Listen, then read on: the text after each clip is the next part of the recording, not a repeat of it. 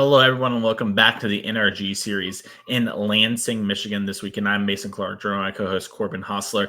And today we are going into some standard action. Round 5 is just about to begin. Our players are sitting down in the future match area, but we want to talk about the next two events we're going to this year before we get into our future match area. Let them shuffle up a bit. First up, we're going to Mundelein, Illinois. The 13th and 14th of September. So just a couple weeks from now, you have a Saturday 10K Modern Showdown. One of those showdowns goes straight to our NRG champs at the end of the year. Sunday, we have two big events going on with 2.5 Legacy Trial and a 2.5 Edge of Eternity Seal Trial. We'd love to see you all come out and play for that. We're going to stream the Legacy event to you all, so you get some Legacy action, so make sure to follow along on the stream right now. That way you don't miss any of that. Meanwhile, in Elmhurst, Illinois, that is going to be where we're rounding off this year of series events. Remember, 1st and 2nd, we have a Team 10K Showdown Standard Sealed Modern on Saturday, and then Sunday, 10K Modern Showdown as well. So make sure to check all that out. And speaking of check out, let's look at our players to watch, as some of them have fallen. Grayson Nimitz now 3-1. Dragons, unfortunately, finally took an L, but Will Krauchik 4-0, as you just saw in the future match area a second ago. Everyone else having up some pretty good records here. Zorian Harrison also at 3-1. Zoe Riederman just on the outside looking in of our top 4 players currently if the season were to end. And we go to our champs. So a good finish from her here today, even if not a top 8, is a solid place to be. And then Alden, Alex, Raja, and Wesley all at 2-2. Still very live for some prize and good points, but not quite in the running when it comes to our current narratives of top 8. Definitely not totally out, though. As we check our leaderboard here, as those players are shuffling still a little bit. And you can see names in orange are already qualified for the 2025 Players Championship here. So all of these people are in. They've either won a showdown or end of the year had enough points. So you can see here on the left, all the top 4 players, if it were to end today, those would be the ones that make it. Everyone else, unfortunately, would only get the memories here. But you can see a lot of names we just talked about. They're battling it out. And, people like Will Krauchik were close, but just on the outside looking in at the end of season 1. But trying to get a top 8 here today, as this is the 5th round of a 7-round event. It's a little bit on the smaller-ish side of that. So we're thinking they can probably double draw, but we don't know for sure. Right. We'll have to see how the things fall here. But these players are knowing that if this is not a win-in, this is a win and get a lot of points. And for people like Will, that's what really matters here. As our future match area is time to begin, and I'm seeing double. I guess so. Vivi Cauldron. That is the name of the game.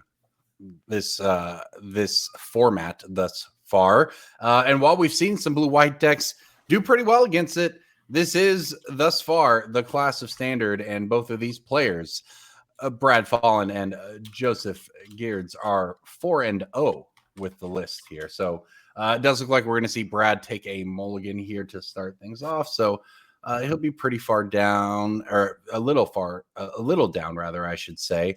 But what we've seen a lot of times is that these matchups don't necessarily come down to who has the last card. It often comes down to who can be the most efficient with their mana, or in the case of a Vivi Cauldron mirror, as we are about to find out, there can be a lot of interplay when both players can use each other's cards in the graveyard to combo with the Cauldron. A lot of what you might call unintuitive choices have to get made. So very interesting gameplay can come out of these. And we're off and going with a Mako out of Joseph here to start things off. Yep. And the mulligan is obviously you're down a piece of cardboard, but if you have the right pieces, it just doesn't matter, right? You can overwhelm somebody a lot here. So taking a mull, especially only to 6, is definitely not the end of the world in this matchup. Yeah. And so the mirror, we'll get into more of this later, but having just come off the Arena Championship last year, and we, of course, see the namesake Cauldron here on turn 2 for Joseph. These mirrors can get pretty funky, especially after sideboarding. Maybe a little more straightforward here in game 1. But with a Cauldron in play and now a Mako for Brad, we will see where this one goes. I spot a Vivi in Joseph's hand. Yeah, I spy 2 and a fear of missing out. Looks like that's going to discard the Vivi. Here we go. It is turn 3 after all. Guess what? Exile this Vivi underneath this Cauldron that I have and you don't. Put a counter on my FOMO, and now I can activate FOMO for 3 mana if I would like. So just full on comboing here. so far is Joseph. So, and she's going to use that mana. It seems to just play play a Vivi into play, now giving 2 creatures the activated ability of Vivi. So, I guess just like that, you're Brad, and it's turn 3, and you've already used 1 removal spell, and you need, I guess, Into the Flood Maw probably is what you need here, right? Yeah, and luckily for Brad, Joseph has double land in hand. We had a lot of like action to get going, but now we need to find something. That Joseph did leave a card on top. Could be something like a Tursa, get a lot more looks at something. But Brad able to develop a VV here and just sort of pass can't really answer the problem. And bouncing an Agathis, even if you had the End of the Flood Maw, wouldn't super solve the problem, right? You sort of just need to hope that Joseph kind of stumbles. And it looks like Joseph is stumbling. True. Draws I another spotted land another for him. Vivi in his hand too, so may not have any action here. You thought maybe when he left a card on top that it meant maybe some card draw or something coming up, but no, at least it doesn't seem that way so far.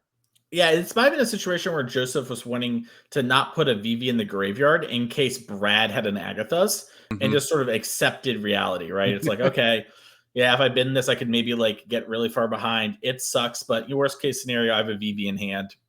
I can just play that one if this one in play dies. Right. You also would think, well, if I'm drawing this, that means I have a Vivi, so that's probably good. So that'll be okay. But yeah, like I said, there's a lot to consider when you start talking about. It's really specifically the way Cauldron interacts with these cards, but a lot going on. So we actually see some of that mana for Joseph just go into activating the Sanctuary here, and pass the turn back to Brad, who has to be kind of counting his blessings that this game is still going on, honestly. And in fact, he's the one with Winter Night Stories. Yeah. Brad here. Getting the VV trigger, going to resolve Winter Night. Draw 3 hits an Agathos and it into the Flood Maw. So has a lot going on now. We might see this Agathos activate just to get the Winter Night Stories out of the graveyard as well from Brad. Just won't get any counter for your troubles, but you will get that card gone, preventing Brad from having even more explosive turns in the next turn. We'll see if Brad maybe wants to try to bait it with something a little bit more exciting. Looks like Mako is going to get a counter. That does put a trigger on the stack, so Joseph could respond and eat something from the graveyard if Joseph wanted to. Decides not to. Thundering Falls comes into play.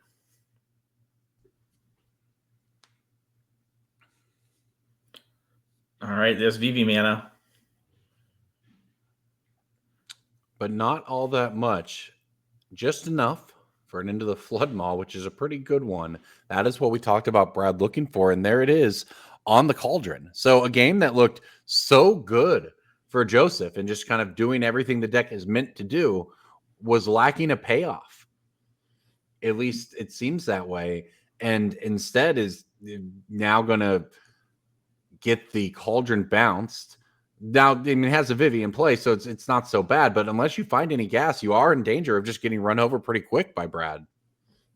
Yeah, and it looks like what Joseph's going for here is I'm going to try to buff up my board a little bit so I don't get pressured as much, / maybe I can put the pressure, Yeah. and then I can use this Cauldron to potentially answer that Winter Night Stories card. So taking a little bit of a weirdly defensive approach. Going after the Winter Night Stories is kind of an offensive one, despite removing something from the opponent still. All right. Also got a draw step to see what he hits. Of course, we still know of that one extra at this point dead Vivi in hand that is you don't even want to discard at this point unless you are immediately getting rid of it with your Soul Cauldron. So a lot to consider here for Joseph. Lays down a 4th land. Also has, I guess, the biggest creature in play, but Yeah, doesn't mean he can actually do much with it. yeah. VV being a 3/5, excuse me, a 2/5 on the other side of the table. Yeah. It's kind of awkward. And there's no correct me if I'm wrong, but Agatha Soul Cauldron has to exile a creature to put a counter on a creature. Yes, it does. So you can't even, I mean, you can attack, that's fine. If you want, you can maybe get some things through, but you can't actually pump something large enough, at least as the board currently stands, to take out the 5 toughness of Vivi in combat.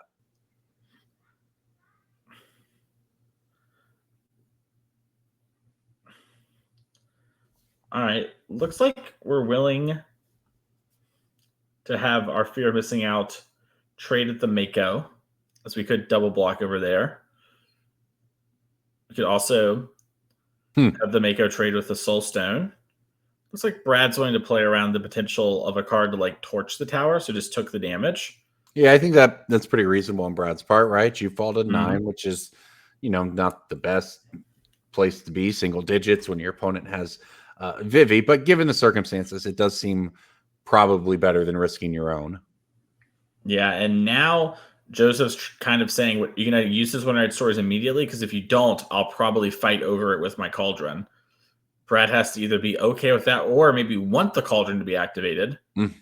Good point. A little fun mini game going on here. Yeah, I mean, say what you will about this deck, there are not uninteresting points in the mirror to watch because you called it. There's a Cauldron. All right, so Brad's representing the ability to potentially Winter Night Stories here. Vivi is a mana ability, so you cannot respond when Vivi decides to make the mana.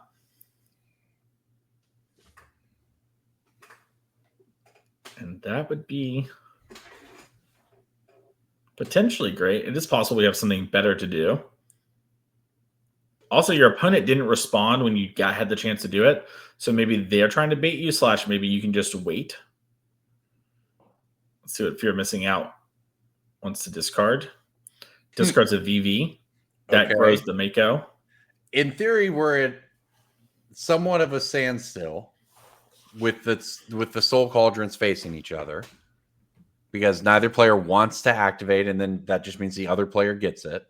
But so that's not how that always plays out, but in some ways it could cancel each other out if they just don't get into it, which means that it comes down to the other cards in play. And all right, here we go. Brad. All right. Yep. So Tursa was played off the VV mana. Now the Mako's a 4/4, meaning it's bigger than the Soul Stone.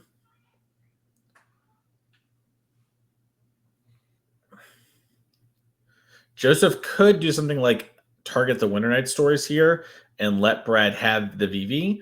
But the problem is you're just never activating your Cauldron if you don't do it now, which is maybe fine. You don't maybe want to give Brad all that mana. Brad already has a lot of it though, and you kind of need to make something happen. This is part of why I wanted to fight over the Winter Night Stories before, because it's just getting worse, right? I agree with you entirely on that, because at some neither player is really working with a stacked hand at this point. That may well end up being, I don't want to necessarily say the difference because this game is in such a weird spot. There's really no telling where it's going to go. But like I said, here we go. Turns are going back and forth without any Cauldron activations happening. And that's what Joseph kind of opted into when he opted to not tap his in response to Brad casting his own. So the Winter Night Stories is still over there in the graveyard.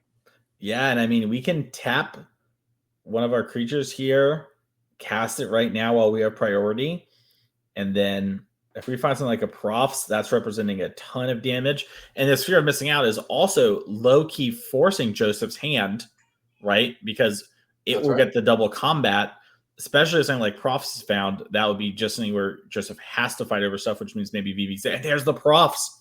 That's going to trigger the VV. Well, I was going to say, and the Mako at this point is just a single discard away from being big enough to deal with. Well, I guess not quite, because the Vivi could still block for now. But with the Profs, it's going to be able to send over anything he wants to at least start the pressure. I mean, Joseph's at 16 life. It's just not going to immediately die. But when multiple combats come around, you could end up essentially dead, even if you're chump blocking. So don't do it, Brad. Don't cast your Abrade. Yeah, there you go. I thought Brad was about to Abrade. He's going to cast the Winter Night Stories because at a sorcery, he's not going to expose it. And it's going to be able to trigger another Vivi and get it off here. Yep. And now drawing a bunch of cards, that's going to make this Profs very dangerous. And the real question Brad has is, okay, can I discard enough cards to prevent myself from losing Delirium so I can get 2 activations of this Fear of Missing Out plus Prof interaction and force Joseph to have to start chump blocking? And I think we're definitely really close. We have land and creature in the graveyard, and we have artifact in hand. We can discard an extra Agathas. Looks like we discarded Agatha Island. So, yeah. Brad has a Vivi in his graveyard, right? Yes, both players.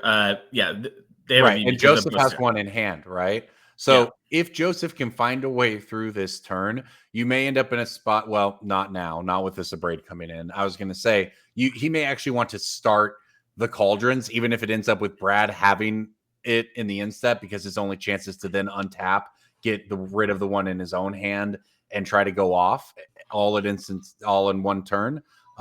Not a lot of great options, I think, for him here. He's just facing down so much damage because of the profs that even if he's able to make his way through this particular turn, I think the Abrade is very nearly slamming the door on any shot of putting together his own combo turn. Okay, so getting the artifact out of the graveyard is helpful. Now the graveyard is just instants and creatures, which means Brad would need to get 2 card types in the yard in order to do the FOMO shenanigans. We are going to Agathos this VV now that the coast is clear. We're going to put a counter somewhere. We decide on the fear of missing out. Remember that VV that already activated now has a new VV's ability, so that's another 6 mana for Brad. And there's another Tursa. You know, opting into that staring match with the Cauldrons really just unlocked the that Winter Night Stories for Brad. That was just huge for him here, I think, to be able to turn the corner. Yeah, just getting the more cards was huge too, but the fact that the profs was there for the Giga Punish here just 5 counters are going somewhere. I imagine on the Tursa, maybe it's on the Fear. You don't even have to really attack with the Fear, to be fair. So really, Brad's spot here is just, okay, how can I get Joseph to start jump blocking? Obviously, that fish is in the way. We need to not die on the crackback too. And Brad has to have a good idea that Joseph has something in hand that's like lands or whatever. He remembers that there's a Surveil top from turns and turns ago, which could be some card that, maybe sneaks across some stuff. There haven't been too many good points for cards to be cast, but you can also maybe assume it's something like, a Soulstone Sanctuary. All right, it looks like it was just Tursa. And there's enough cards in graveyard that we do get the free Tursa ability, which could be huge here if you hit the right card. That's right. You don't always see this come up, but it's got a very high upside. It's a flip, a torch to the tower. Okay, what we're going to do with this? Not a ton. Yeah, you can get rid of the fish. Yeah, that prevents the free chump block we were talking a second ago. Might as well. Rather have it than cast a spell than not. Yeah, there's nothing that can really change an instant speed, and your creature wins combat anyways against everybody. If Joseph wants to triple block to trade with your Tursa, you will accept those terms and conditions. I always forget, does Tursa exile the card that it casts with its ability? Because the torch is back in the graveyard right now. I don't think it does any weird finality stuff, but not something I would put past the old mages at Wizards of the Coast. No, I believe it. So what it exiles and then you can cast it. So I believe it goes back to the yard. Okay. In this case, it's going to end up back in the deck as you shuffle up for game 2. Yeah. Because that is game 1 going to Brad Fallen with Vivi Cauldron in the mirror, taking it down. Everything we talked about the mirror being, I think you saw it on display there. And now we're going to look at their decks and their sideboards. And we'll see how similar or different they are or what you want here. Because I will tell you that some of the players at the Arena Championship last weekend were taking their Vivis out in the sideboard games. Mm-hmm. Is that correct? Couldn't tell you. Is it correct to take all 4 out? Don't know. Nobody knows because no one, well, maybe the players in our feature match area, but very few people in the world know exactly all the ins and outs of this mirror at this point or how it's always going to go. And that's why it's going to be fun to watch. So looking at Joseph's sideboard over there, you see the Engineers, the Riddlers, the Annuls, Fire Magic, Spell Pierces, additional removal of Braids, Strokes. I think that there is a lot there that you can start looking at. For the mirror, the real question is how much can you take out? Yeah, it depends on how much you think you want to leave VVs in. Excuse Yeah, me. And the Dragonite Engineer is also something you can have to like go faster. Right now, that opens up some liabilities to your opponent, and it does. Agatha using it as well. But that's that's why that card's in the sideboard here, is to have access to end other games. So a lot of different ways to approach this here. I think it really does come down to like what you said. How many VVs do you want to cut in the post board games in the mirror? And from there, you can kind of figure out what we're supposed to be sideboarding here. The one thing I know for sure is we definitely want these annuls in the post board games. The best Yes. cards in the mirror are Profs and Agathas. 1 mana counter the best cards is huge. And Fear of Missing Out is no slouch. We saw in Will Yeah. Crouch's feature match in round 4 how a Fear of Missing Out came out of nowhere and just sort of took over the game. So having that as a your worst case scenario is something I'm never going to lose sleep over. Let's check out the other one here for Brad when it comes to the VV Cauldron list. As these lists are different, you've been talking about it, players have different approaches. Yeah. As you see Rao Crackling Wit in the sideboard here for Brad, that could be a great card to pivot to if you're going to be cutting your VVs anyways. A less Quantum Riddler than we saw there from Joseph, that could be pretty huge here, but still those 2 annuls in the deck, and something I'm expecting to see a slam on. Probably Broadside Barrage as well. If you think people are going to be leaving into VVs, is a pretty nice card. And also it does answer some of these creatures that get buffed slightly by a prof. So curious to see how these players want to sideboard. But what I'm most curious about is what we're going to be seeing played in Legacy in the coming weeks, as we have some upcoming events coming around with the NRG series, last 2 of the year. Mundelein, Illinois, 10K Modern Showdown happening on Saturday and Sunday. 2.5K Legacy Trial, 2.5K Edge Eternity Sealed Trial.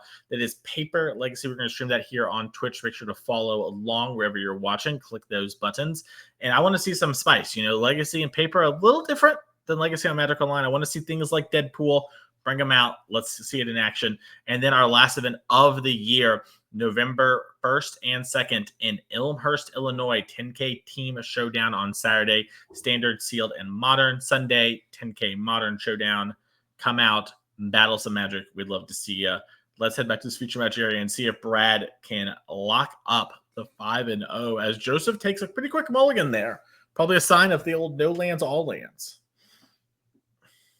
Yeah, I have to imagine this deck, and I don't have these players. Don't know exactly how they feel about their land counts, but the Izzet decks tend to be pretty lean. When you're playing a lot of cantrippy cards or selection, dig, all of this stuff.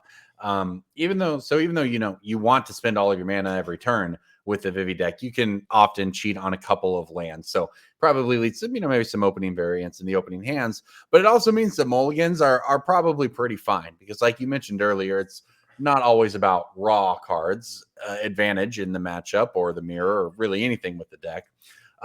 It's just about the right ones and finding them. And if you can put together the right hand with all of your cards that exist to do that, mulligans not so punishing. So I spotted a Cauldron in Brad's hand and a Profs on turn 2 because of the Thundering Falls, there wasn't even the threat of an annul, and Joseph's able to land one of those threats you called out on turn 2. And Brad fires back with the Profs as well. We also saw Joseph bottom a Quantum Riddler on the mulligan. So Joseph did decide to bring those in, picks up an annul, and does have Into the Flood Maw for the very funny bounce it, counter it, as Tursa comes down. Okay, well, this is just going to get aggressive then. The Profs into Tursa is certainly one of the many combos the deck has together, and that can get some work going. So pretty aggressive stance by Joseph here. That said, you have to think very hard about what you discard, because you don't know how your opponent is sideboarded. You don't know what's going on. You don't know if they're going to slam a Cauldron in a creature or something on their next turn. You have to really think about what you're pitching. And in the end, he actually pitches a Cauldron along with the second Profs. Yeah. I want to call out a small thing that I think can help a lot of players. You notice how Joseph slammed the Tursa. Opponent was tapped out, so you knew it was going to resolve, and then we tanked on the discard. That lets Brad get some information about your hand potentially. It's a little bit more clear, right? Mm-hmm. We're seeing the same thing kind of happen here in reverse. If you kind of tank, and then make your play and quickly discard, it could lead your opponent to think that you have potentially other cards in hand as well, like a Steam Core Scholar, which maybe they care about, maybe they don't, but it's at least something you can think about. It could also be a VV, right? Like, do I want to play this VV on this spot here? So it's very, very minor, but it is something that sometimes can get you and bite you in the butt. And when we're talking about this matchup that is just sort of playing out with both players having their best draw against each other, one's on the play, one's on the draw, got to find some way to kill some time. As we see Winter Night Stories come in here, and Joseph is going to discard some cards. That means this Tursa is going to be up to 8 power here in a second, which is a lot of damage. Maybe it's hard to see, but it doesn't look like Joseph has a 4th land. Despite all these redraws, we're only going to discard 1 Mako, though. So maybe just really happy with what we do have. Yeah, I mean, this is a lot of, I mean, it's threatening lethal next turn, right? So, okay, it's a tap land. So something looks like we're going to go into the tank on what that card is ultimately going to go, and going to leave it on top. Go ahead. No, I was going to say, sometimes we see extra discard there just to enable fear of missing out type stuff. Obviously, you only have to discard 1 to the Winter Night Stories, but either way, Joseph surveilled.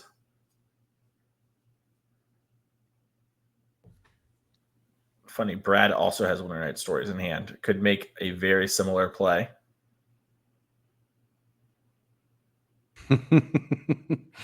Brad going through the same thought process as wait a minute, though. If I'm doing everything he's doing, but 1 turn behind him, that's probably not a winning strategy in the long term. We're going to go for the Steam Core Scholar here.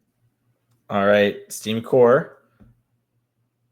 Be -1 counter in the exchange. Pitches and Winter Night Stories. Yeah, and that's actually pretty huge, too, because now Brad's kind of representing like, okay, I have this way to draw 3 again. So Joseph has to think about, okay, can I get got from there? Has Into the Floodmaw in hand, though, so it's going to be looking pretty nice, all things considered. Curious if Joseph can maybe entice a double block type situation. Okay, Tursa to hand. Oh, wow, okay. Oh, well, we can just kill. All right. Brad with double Into the Floodmaw. All right, so we saw Floodmaw bounce both your creatures. Good old unsummon leading to a win. Really, though, that's Profs doing work right there. You called it out. That's one of the best cards in the mirror, and that was why it just absolutely carried that one. Yeah, very, very strong thing there. I mean, this is also why, like, we talked about the Artist Talent build of the Prowess deck so much today. Yeah. You know, the Artist Talent deck doesn't have access to as much of the Cauldron stuff, but if you just, cantrip a ton and just rummage through your deck, your Profs do that sort of thing even on your silly little auto token. So, yeah, I mean, Profs is just one of the, premium cards in Standard. Really shows why attaching, like, card draw to, board pressure can be a little dangerous at times. Obviously, you need to have the right enabler for the card draw, but, it is something that when it all comes together, it's very hard to overcome. Well, yeah, you think we see that in other formats as well, where these cards have kind of leaked back. The Is It decks and Pioneer play out a lot like this, right? Artist Talent came along, and I'm not going to say that deck's gone through so many upgrades over the years, etc., but Artist Talent was a huge get for all of those lists, for what you just said, because it just smoothed everything out, and it helped all of their medium draws become good draws and their bad draws become medium draws, which was probably the more important thing for it. And in that game, you could see where maybe it would come in handy in these sideboarded games where you have some of these situational things, but you're trying to find something specific, or you just think you're going to grind each other out. So, I don't know. Very, very powerful. Obviously, earlier we also saw level 3 of the Storm Chasers talent get activated, which is 6 mana.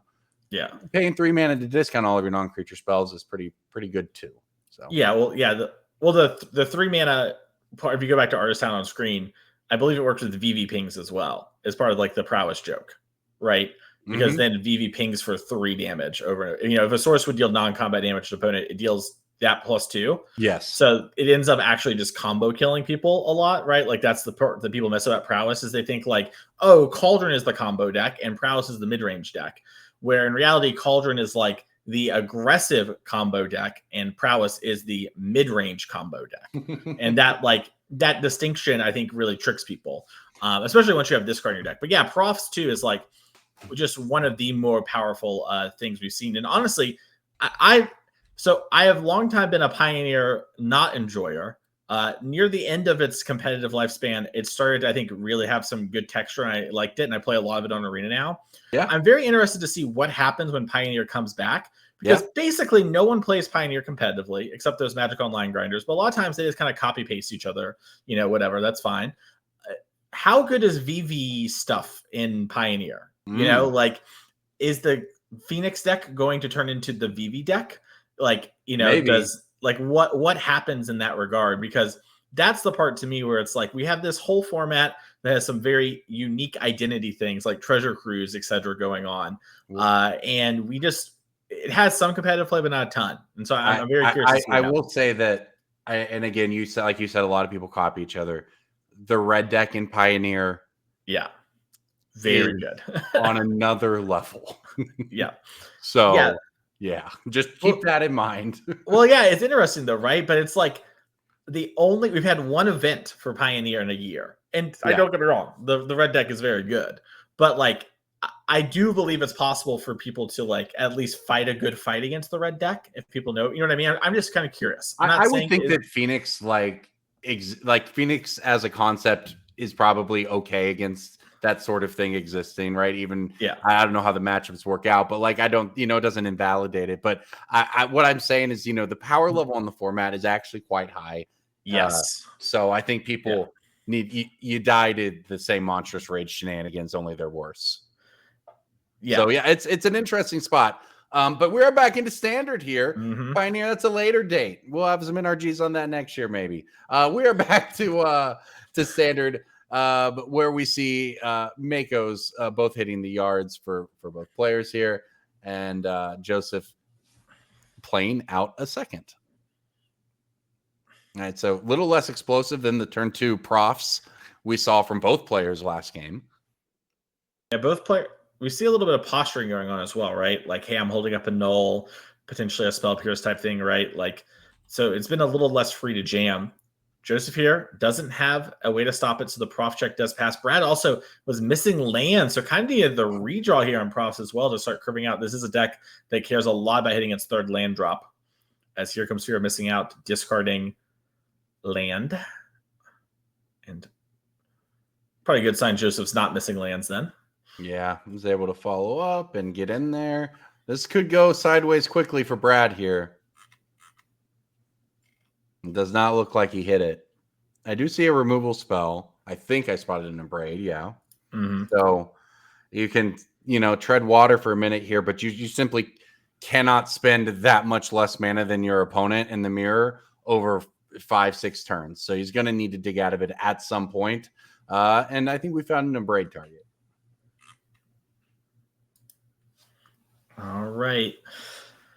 Gosh, but even if you braid the cauldron here, you 5, I guess, now, and then you still, gosh, you're still going to be under pressure no matter what you do here if you Brad. So Yeah, I agree. You have to braid. Yeah, I don't hate this on a hitting the Mako. The problem is the Agathos is going to just transfer that Mako's power over to the Fear.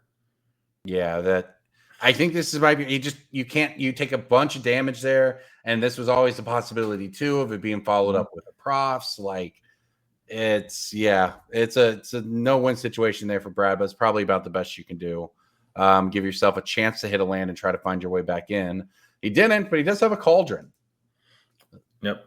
Joseph here activating with it on the stack. That way Brad can't eat in response to deny the counter. Heads up play there from Joseph. If we have a card like, Winter Night Stories, if we get Delirium here, things could be really tough for Brad, as the prof's currently going to put 3 counters minimum on this Fear of Missing Out. We have 3 different card types in graveyard. Once the Winter Night Story resolves, it'll be land, sorcery, creature, meaning instant could go the distance. Artifact would go as well. You could also discard artifact, enchantment, and something like that to make it so you can't lose Delirium. Yeah, thinking hard about this one too. Yeah, I would gladly discard, a creature and something like, if I had, let's say, a Fear of Missing Out and another, profs, I would gladly discard both just to make sure my Fear gets that second combat trigger, as that profs would then be a +6 there. Brad would be dead on board the next turn, and unable to use combat damage to remove this fear of missing out. Could end the Flood Mod, but you know, we accept reality. That happens. All right, it looks like, yeah, it's a Braid and Agatha's there. So that's going to guarantee Delirium no matter what Brad goes to eat. And we could even see Joseph here eat the Mako, I believe, and still have Delirium, which would be an extra damage. I don't know if you really want to do that, but you can. Probably can't go too wrong.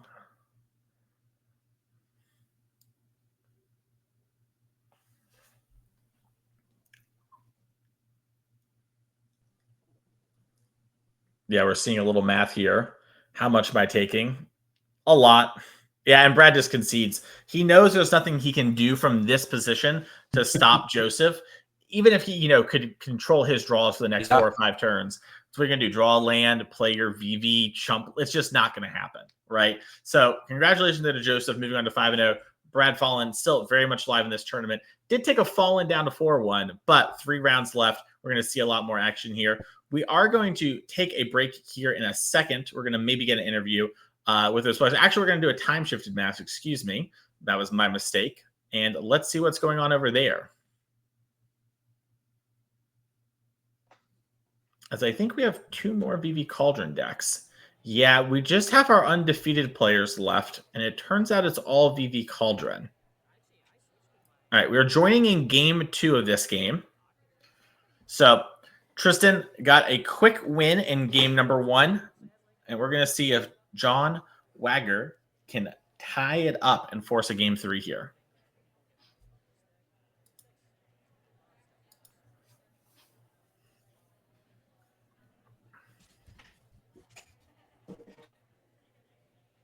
Looks like kind of an awkward hand here from Tristan.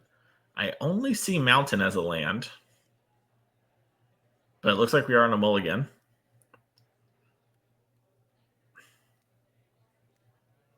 Mako's dueling it off at the start here.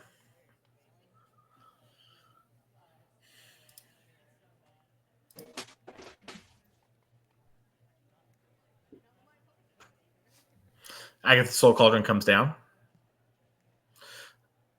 Agatha Soul Cauldron comes down for Tristan, but just off Mountains. But notably, John does have Soulstone Sanctuary as the land. Okay, there's Thundering Falls that verges online.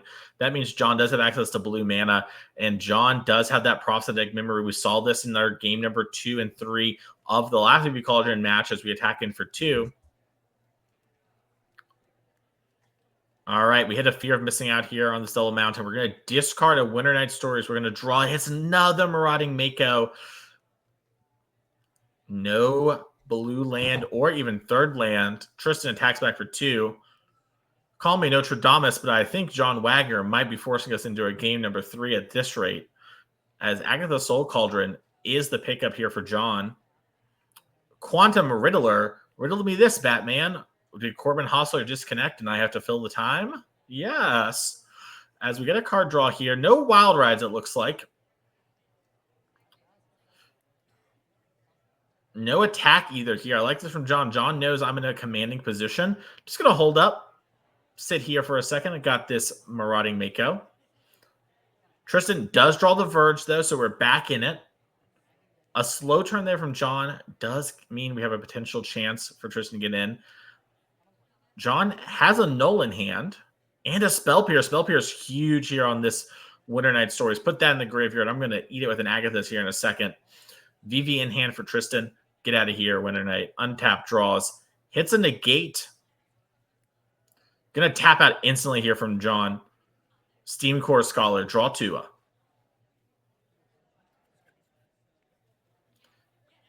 Profs Agatha is here. And welcome back, Corbin. As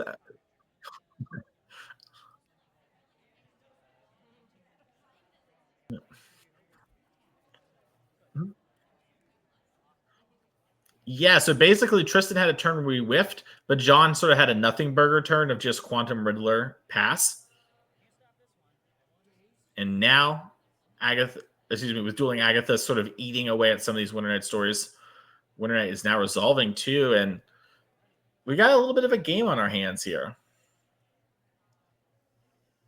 Yeah, both of these players Can't hear Corbin, apparently. undefeated, playing for their chance to double draw in. Well, At least hopefully.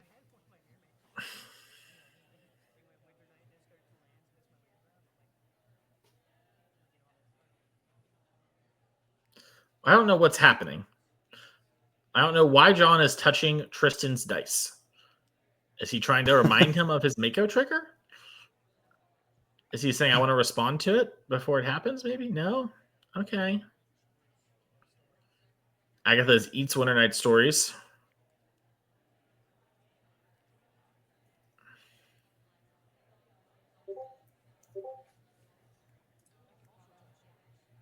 As that is coming through.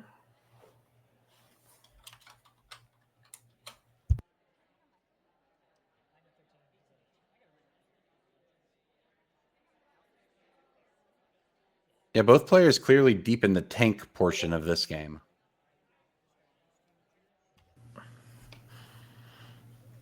Yep. Winter Night resolving. Okay, so John has VVs in deck post forward. We talked about how at the Arena Championship, some of the players were cutting them. Winter Night Stories getting cast here. And that Prosthetic Memory is getting huge.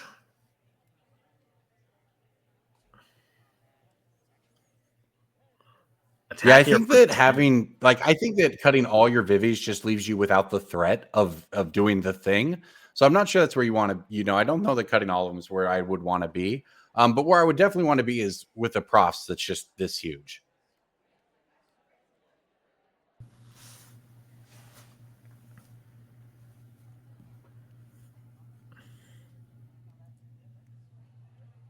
All right, here comes the profs.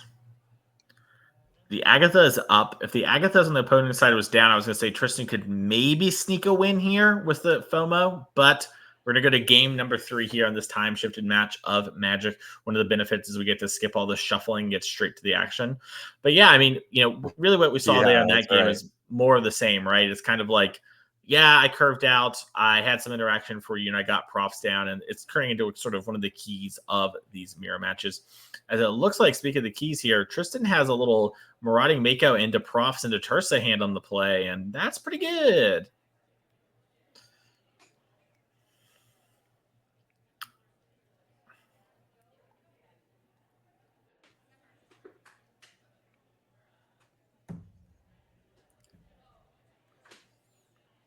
Yeah, here's profs. Mako attacks in for 2. That's an ideal start here for Tristan. Yeah. John's going to fire back with his own profs. Looks like he's maybe thinking the better of it. Yeah, he's going to play a Fear of Missing Out to try to potentially block. It's going to discard a profs, has an extra one in hand. The biggest tell I've ever seen. You're either missing land drops or have a bunch of profs in your hand, maybe both. Also, probably still the right play. As we are going to see Tursa here come on in. And you see John just laughing. He's like, well, I'm dead. As we're now going to get the profs trigger. The Mako's going to go to a 3/3. As long as we discard at least 1 card. I imagine you discard 2 here, unless like you're feeling insanely good. You want to keep the catch coil here with the Marine River Regent, because that's just a bunch of counters for your profs. Looks like Agatha is one of the other cards and Quantum Riddler. So I guess they're all other things that put counters. Yeah. That being said, yeah, just discard 2 cards and put the pressure on your opponent. Well, it's all kinds of pressure, right? And John's body language is not suggesting that he is sitting on a lot of answers to that. Well, yeah, even if he has answers, what is he going to do if all the cards in your hand, like the remaining ones, still redraw, right? It's like, I understand if we were discarding our last 2 cards that were these redraw effects, and it's like, okay, that's tough, but you just got, a bounty of riches. As profs comes down, puts a counter on this Fear of Missing Out. But now Tristan has that 4th land, has a Winter Night Stories. If this resolves, quite a few more counters on these creatures. So if you're John and you have Into the Flood Maw, That's not the worst against the Mako, right? That's something. And then you go from there about how to deal with the second creature, but you're already down to 9. So really a tough spot. And it is in fact Tristan who has Into the Flood Maw for your blocker. Yeah, and this is awkward too because the fact that you're not conceding means Tristan knows the card in your hand is Into the Flood Maw. It's the only Right. card that can keep you alive. So now Tristan can play around this one basically for free. Looks like we missed our Profs trigger, or maybe we declared it on the Mako because we'd rather have the Mako in hand to be another redraw for the Tursa. A little unsure there. But Yeah. John is alive. Another FOMO. We're going to dig a little deeper. Looks like a Riddler off the top. Has a land. Yeah. Okay. Well, it's still game in here. Actually, there's a Cauldron in hand, and there's about to be a Cauldron in play. Okay. All right. I'm not sure. There's obviously no Vivies in graveyards. I'm not sure what you can do with it too much, but we do get to put a counter on the FOMO. Yeah, I think the biggest thing that this Agatha is going to do is just get rid of this Winter Night Stories before Tristan has a chance to just like pay for it. Something like a Quantum Riddler. As there's Into the Flood Maw, that's going to do it. So congratulations, to Tristan Tyler, moving on to 5-0. And that brutal start is why players love this Cauldron deck. You do all the crazy stuff, but sometimes you're just a blue-red aggro-y deck, and you attack your opponents for a lot. Very impressive. We'll have to see what happens in the later rounds. But for now, that's going to do it for me and Corbin. That is it for the first 5 rounds of coverage. We're going to take a break, and we're going to tag in some other casters for you. So we will see you all on the other side.